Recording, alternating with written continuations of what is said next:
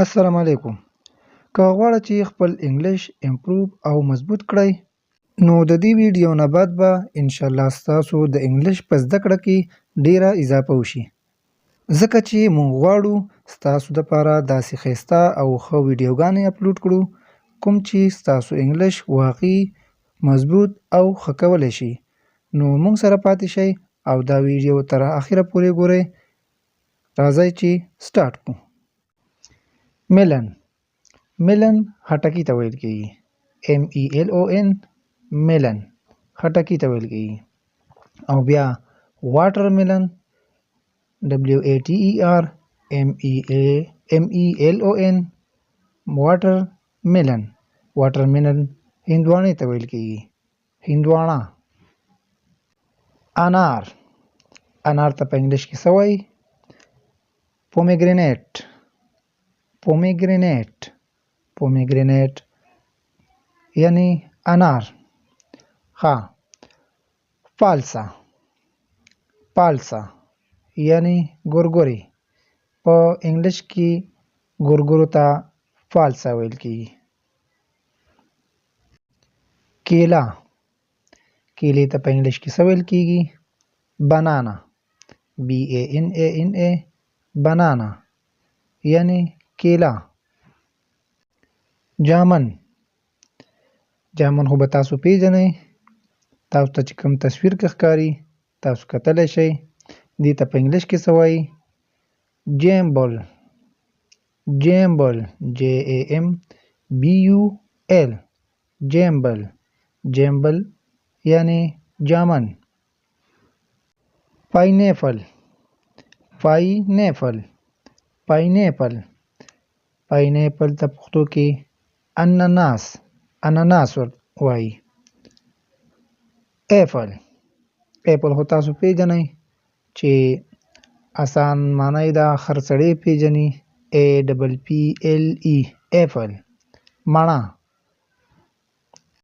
مڼه یا سیو، څوک ورته سیو وایي څوک ورته مڼه وایي، نو ایپل معنا دقه ده.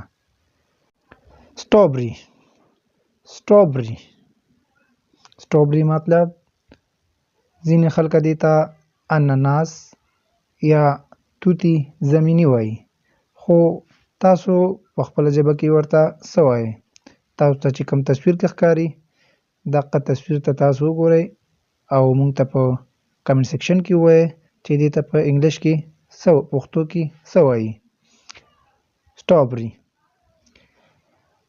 فیګ فیګ FIG فیګ یعنی انځر. انځر ته په انګلیش کې فیګ وایي FIG فیګ. او بل فیګ چې کوم دی پیګ FIG. صرف دقه F او P کې فرق دی، خو دا پیګ چې دی PIG فیګ دا خنزیر ته وایي. کوم یو قسم ځناور دی هغې ته فیګ وایي خنزیر.